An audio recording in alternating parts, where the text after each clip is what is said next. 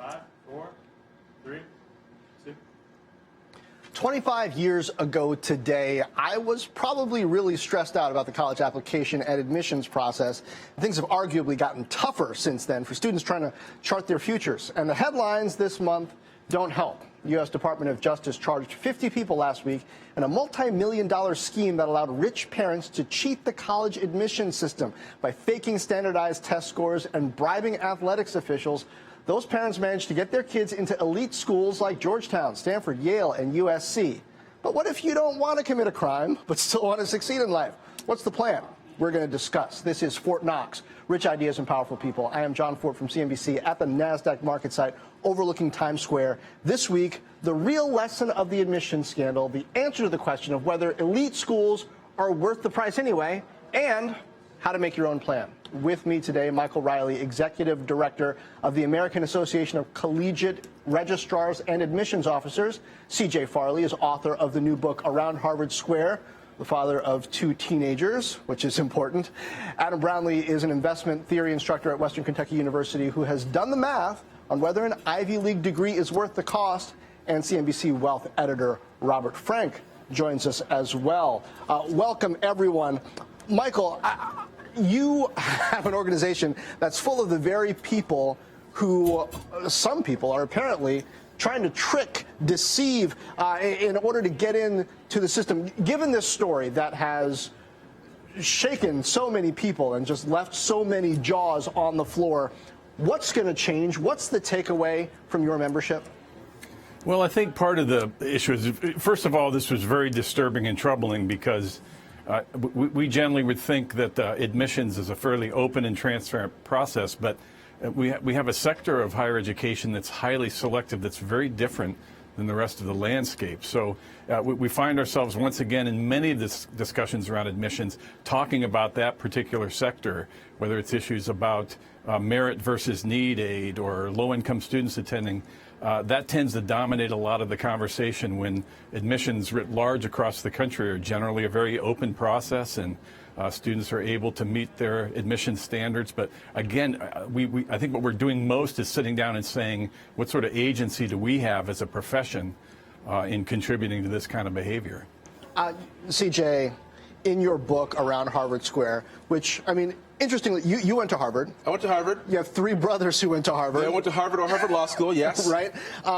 In this book, you have a plot line where there's a privileged character, privileged family, that fakes pictures trying to get the child into Harvard. Wow. How did you know? I'm saying right now that I called it. It's in my book that hasn't even hit stores yet. April 1st. This kind of stuff was going on in the admissions process. And the reason why I was able to weave that into my narrative is because this has been going on for a long time. This is not new. And even 100 years ago, back in 1918, a bunch of the top elite colleges all met and they decided, what can we do to keep the level of Jews down who are applying and getting into our colleges? So it's kind of oppressive stuff that was going on in the admissions process only 100 years ago. And today we're seeing other kinds of shenanigans go on that are wrong. So it's never been a fair process. It's never been a good process. And it's gotten even worse today with wealth inequality, where rich families have even more power and influence to influence the decisions that are made by some of these admissions directors. The popular conversation, Robert Frank, is that there's the appropriate way for rich people to try to buy their way into universities by giving a whole lot of money, maybe getting a building named after them, and then getting a leg up in the process in some cases. And then there's the inappropriate way, which is what we saw in the most recent days. How is this conversation playing out in circles of people with wealth who maybe are finding certain things, unless they're closer to the billionaire class, that they actually can't afford? Yeah, I don't know if it's acceptable, because there's a poll out today from USA Today that shows that 2/3 of Americans think that the entire admissions process is rigged for the wealthy.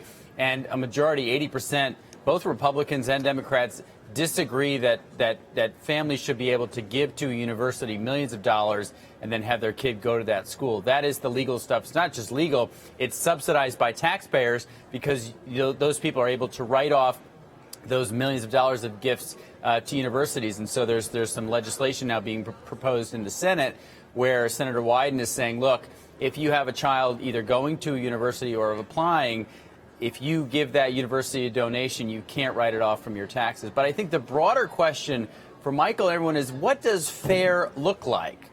You know, how do you structure an admissions process that is truly meritocratic? Because if you do it just based on purely on test scores, we've seen in New York City, for instance, how that tends to still advantage certain groups and disadvantage others. And so, you know, it's easy to say, well, let's just take money out of the equation. But then the question is, what is the basis by which you have a transparent and fair admissions process? And I don't think anyone's articulated what that looks like or set an example. Well, I want to jump in there because I think that one thing we need to take a look at is not just look at the college admissions process, but dive deeper into what's happening in the public schools and where the kids are getting the kind of education and the kind of test prep support that allows them to compete with people who have a lot of privilege and money and power. Because part of the scandal here isn't just what's happened, and people shouldn't get lost in the stars and just sort of talk about Felicity Huffman and all those other stars that are being accused of doing this, because it's really about the whole system. And the system is not just about what people have done that's criminal; it's also about what they've done that's legal. The way they have access to tutors and to prep schools and to people who are going to support them in ways that help them to do better on the tests than people who don't have access to all of those that kind of support. And I think that if we want to have a society where people who are smart are able to go to these schools, that's going to help everyone in society and not just those individual families. We have to get to that place, and the way we do that is by improving public education and looking at that first. Adam Brownlee, I want to get to you in just a moment about the math behind this, but before that, Michael, weigh in from the admissions officer perspective on what really can improve in this process, both the process itself and after a shock like this, improving people's faith in the process. Yeah, so I guess getting at that question of what does fair look like, I would say that fair looks like the admissions process at probably 80% of colleges and universities in the country, where they publish a very clear set of expectations for admissions, and most students meet those. The acceptance rates are 70 or 80%. Now, in the top 50 schools, we even have some schools there, University of Illinois, that 70% of applicants get in, but we have a set where, like a place like Harvard or Yale, where you have more applicants who have perfect SATs or ACT scores than you have slots in your freshman class. How do you differentiate those students? And I think that's where we're having these challenges where people are trying to do 6, 7, 8 different advanced placement tests, doing community service, bumping up their resume, or in cheating. So I think that's the challenge we have, and I don't know what the answer is. And I agree that we don't simply do it by test scores. You may as well just rank your students by family income, because that's the strongest correlation. So this is a dilemma for highly selective institutions. Adam Brownlee, I want to get to Adam here. Adam Brownlee, that's really interesting stats, because you have this huge disparity in acceptance rates between the top 50 and the rest. And so the question is, even though, we've all seen the lists and we all know the brands, what did you find in terms of whether it's worth it to aim for the Ivy League if you're paying full price? And how did you calculate it? Yeah. Well, certainly when we start taking the cost of a 4-year education and we put it into a black box economic model, almost something of the sort that Warren Buffett would use to value a stock, we start saying, are we getting the most value for our money? And, with the stock, you have a PE ratio, and a PE of 10 tells you that for every dollar in earnings, you're paying $10. And all else being the same, one selling at 5 is greater value, as in the world of Warren Buffett. So when it comes to education, if we look at an Ivy League versus a public education, you're paying a PE of about 3.3 for the Ivy League and only 1.36 for the public education. So all things being the same, the public education is providing us greater value. You can even take that a step further and put it into a discounted cash flow model. And we bring those future earnings back to present day. We do see that a higher level of education is superior, coming in at about a $3.2 million, but the public education is at $3 million. in these current day dollars. But when you start bringing those costs in, you see that the rate of return is quite different. And the reason why that is so interesting to me, Alan Kruger, who sadly passed away just days ago, and Stacy Berg back in 1999 did a study on what happens to students who are accepted at Ivy League schools versus other schools and what their outcomes are like. And what they found was, for students who were maybe accepted at Ivy Leagues and didn't go, maybe went to a state school or another school, their earnings later in life were just as high as their peers who had actually accepted and gone to the Ivy League school, suggesting that it's more about the person in a lot of cases, at least when it comes to earnings. We don't know what they learned. But it's more about the person than it is the school. So what does that mean about this cultural mindset that we have around certain school brands and what we should, in fact, be focused on value-wise? Well, exactly. There's something qualitative going on that a black box economic model can't quite grasp. You know, in the case of Lloyd Loffman and Felicity Huffman, they're paying up for the brand, one would assume, something behavioral going on. Even kind of taking it back to an investing world with Warren Buffett's Mr. Market, at some point the behavior becomes irrational and prices go through the roof and people are paying up. In one of the cases, I believe the actress paid $500,000 to get her daughter onto the crew team at, I believe, USC. So that... that even decreases her return even more that they're getting back. That would cut it in half. So economically, it stops making sense after a while, and perhaps there's some sort of prestige that's going on here, or perhaps bragging rights. Maybe they are looking out for the best interests of their kids at first, but economically it stops making sense after a little while. Yeah, I would just jump in and say that this was really, if you read the transcripts of this and the 200-page complaint from the federal prosecutors, it reads like a Netflix series. It's just incredible. But what you see is that this is clearly not driven by the interests and desires of the kids to go to these great institutions. Many times the kids weren't even aware of what's happening. This is all the status needs of the wealthy parents. And so when you look at what does a Ivy League degree confer on a child in terms of earnings versus, it doesn't matter, because what this is about is parents who are already extremely wealthy, their kids will be fine. Even if they went to the local community college, these kids will be fine. And so the issue is the ability to go to a cocktail party or a social event and say, my kid's is at Georgetown or Stanford or wherever. And that is what matters to these parents. And I think what's lost in all of this is the kids. And what do the kids want? And what do they want to do with their lives? And what matters to them? And oftentimes, as you've seen with some of these kids who have public profiles on social media, they don't even like school. They don't care about school. They just want to be YouTube stars. Chris? Yeah, and in some cases, some of the kids knew that their headshots were being cropped onto somebody doing a pole vault or somebody in the rowing crew, and in some cases, the kids didn't know at all that Rick Singer was helping to doctor their ACT and SAT scores. So we'll see where the story leads. But also, I would assume too, not to take it off this thread of the subject that we're talking about, but if you're in a park where everybody's littering, it's easier for you to litter. So I'm guessing that we're going to see probably more bad actors in this story as it develops. I agree that it's interesting that studies, some have suggested that you don't really make that much more money by going to one of these top elite institutions rather than something that's sort of lower down on the food chain.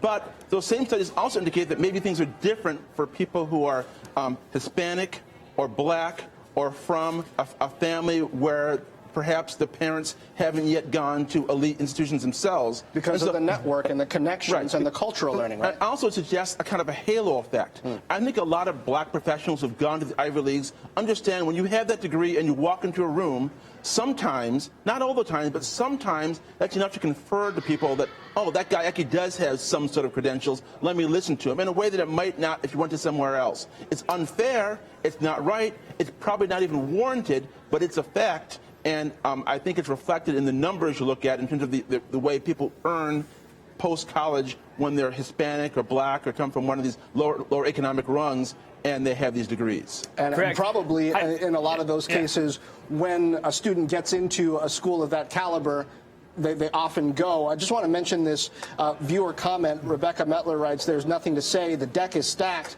If these schools are claiming to deliver a world-class education, that would include more diversity beyond the measure of ACT and SAT scores. Can you imagine some of these students caught up in the scandal being successful in the higher-level college courses? How does that serve the other students in class?" I wonder if some of them might have even done okay on their own merits, but their parents were too class conscious. Robert, were you going to jump in?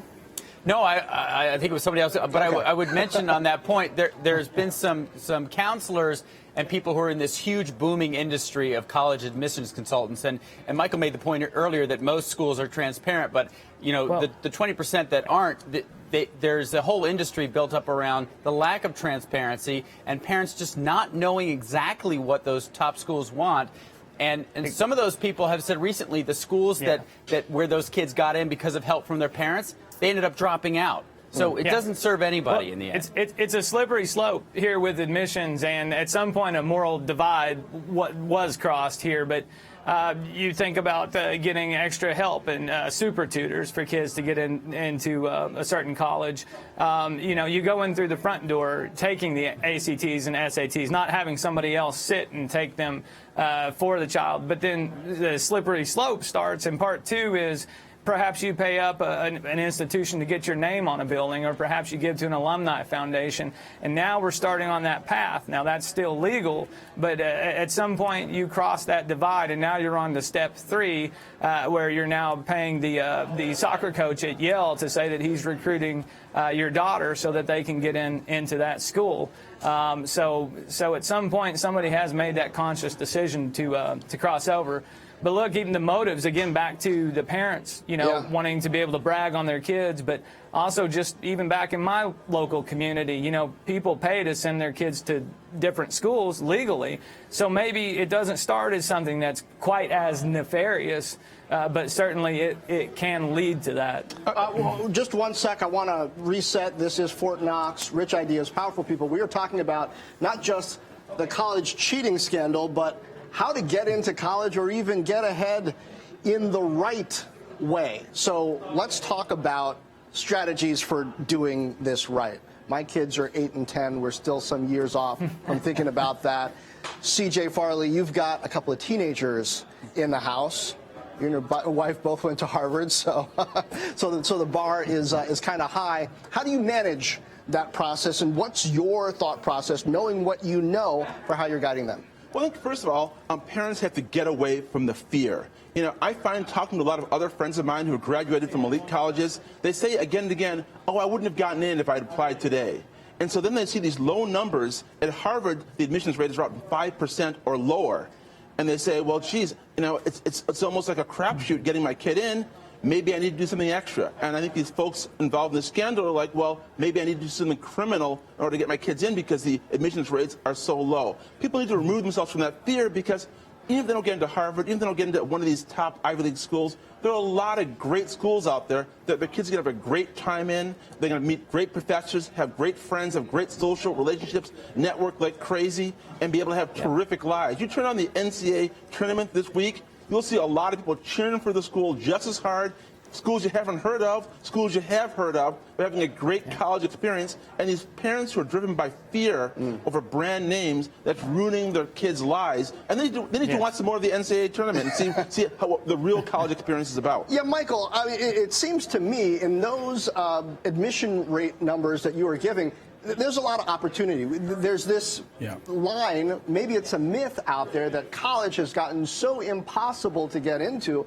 Well, those numbers suggest maybe not exactly. And what I hear from a lot of admissions people is, because of the common application, colleges more than ever aren't sure which kids are actually going to come just because they've applied. So if you're a student who is just looking for a good value education, do you maybe have a better opportunity in showing a school that you're really interested in actually getting in there and, I don't know, maybe getting some aid?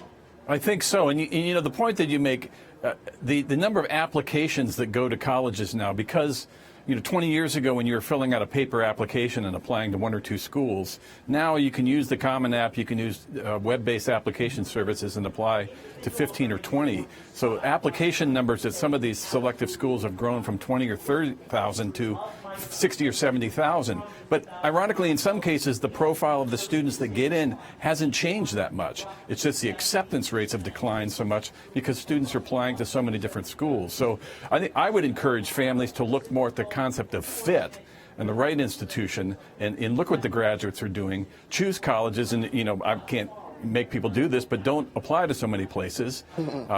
Target your efforts so that we don't, have these stories of a student each year that gets into every one of the Ivies. I know it's a good story, but that student is only going to go to one of those schools, and then it creates, a loss at the others, and somebody doesn't get selected. So there needs to be some more research in advance and kind of take a breath.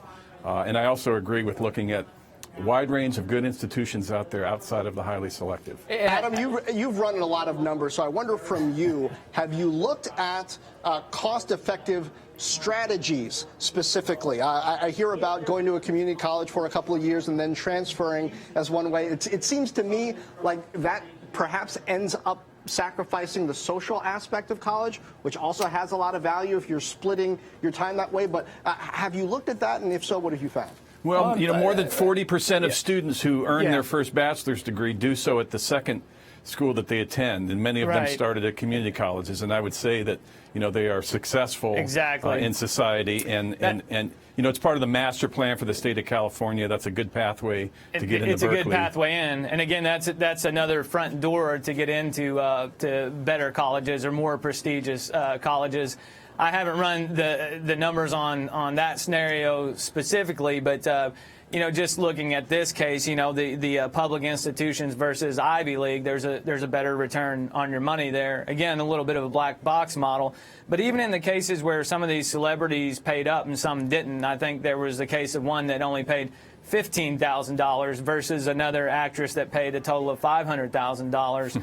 Well, obviously, in the first case, the costs weren't increased, so you have a better rate of return there if the kid does complete the education. I don't know if that's the case now, but certainly you would assume that if their daughters or sons had gone to a public institution, there would have been no bribery involved. They could have easily have gotten in, and therefore there's no lost opportunity cost here.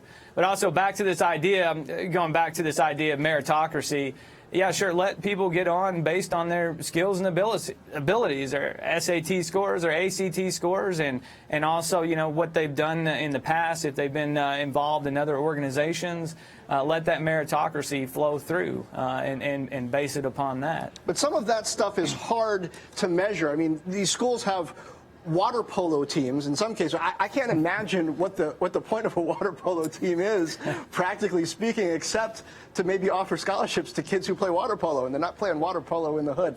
Robert Frank, what's your perspective on the value question and how that plays, especially now in this era of, we talk about it as inequality, but economic stratification? I'm just getting over they don't play water polo in the hood line.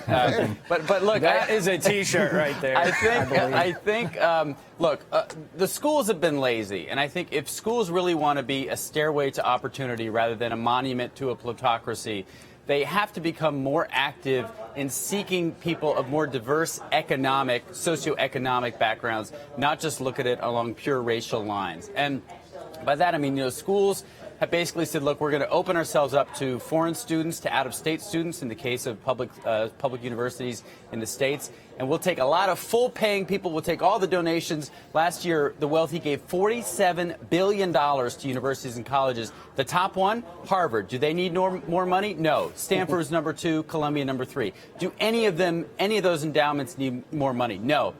What they should be doing is taking that money and creating programs where they go out into communities and find kids who at an early age might be able to go, they might be good fits for that university, but maybe need a little help, a little guidance, and as well as using more of that money to help those who need financial aid, and not just build more buildings and create more programs that just truly cement the place of today's plutocracy. They do like to build the buildings. C.J. Farley, I've also read that a lot of these colleges are having cultural challenges, really integrating students from different socioeconomic backgrounds effectively into the culture. And to me, that speaks to perhaps a ham-fisted approach to recruiting and diversity, where they're looking to make numbers but not really thinking deeply about how the community is going to work once the students are on campus. Have you seen that? And I know your book,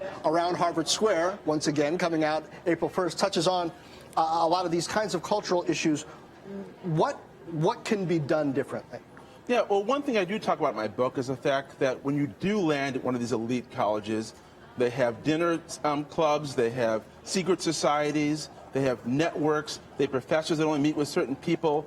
There are all these structures in place that if you're coming from an outsider perspective, if you're coming from a place that's a little bit outside of the mainstream of who they usually accept, you might not have access to those networks. Because you don't want access? Because you don't know about it? Partly because maybe you don't want to. Sometimes it's because you don't know about it. Sometimes you don't know how cool it is and how much it can change the course of your life. You know, me just joining the Harvard Lampoon, which was the humor magazine on campus, I did it because I thought it would be a lot of fun, but it opened up a lot of networking possibilities. When I first decided to write a book, John Updike, who was alive at the time, actually wrote me a letter giving some encouragement, saying that, you know, don't worry if the book doesn't do well, because some smart people write very bad books. And I thought, I didn't quite know what he meant by that, but I thought it was good advice. And those are the kind of possibilities that going to a school like that opens up to you.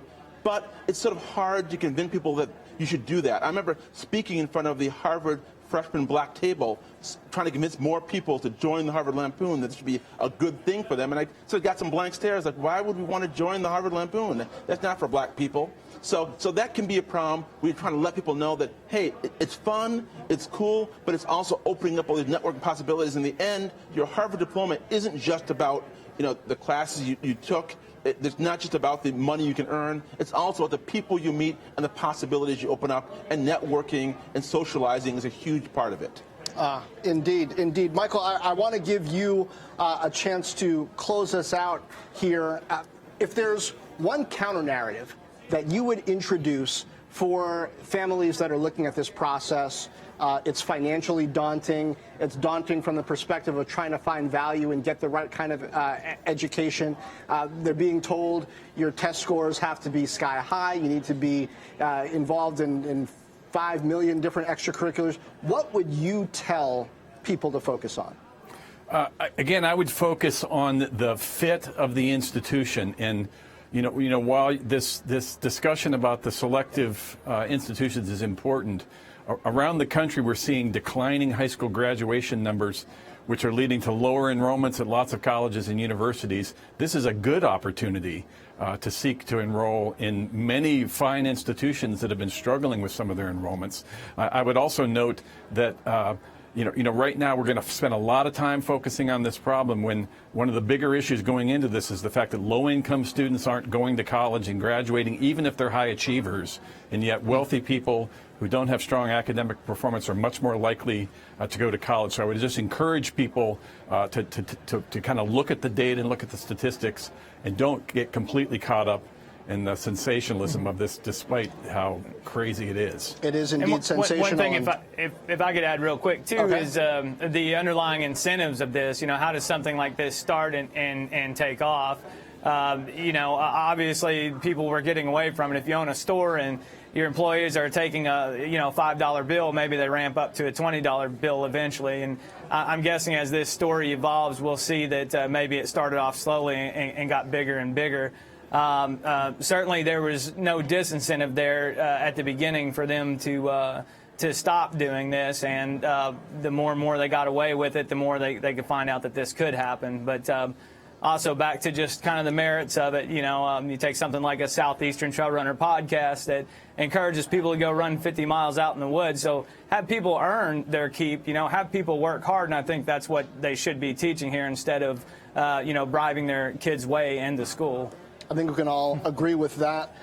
Gentlemen, thanks so much for all sharing your perspective. Up next on the podcast, Frank Calderoni is the CEO of Anaplan. Before that, he was the CFO of Red Hat. of Cisco and of SanDisk, among others. That's not all. He shares his perspective on getting ahead after you've chosen a college and gotten out. This, once again, has been Fort Knox, Rich Ideas and Powerful People. Thanks for being with us. We'll see you next time.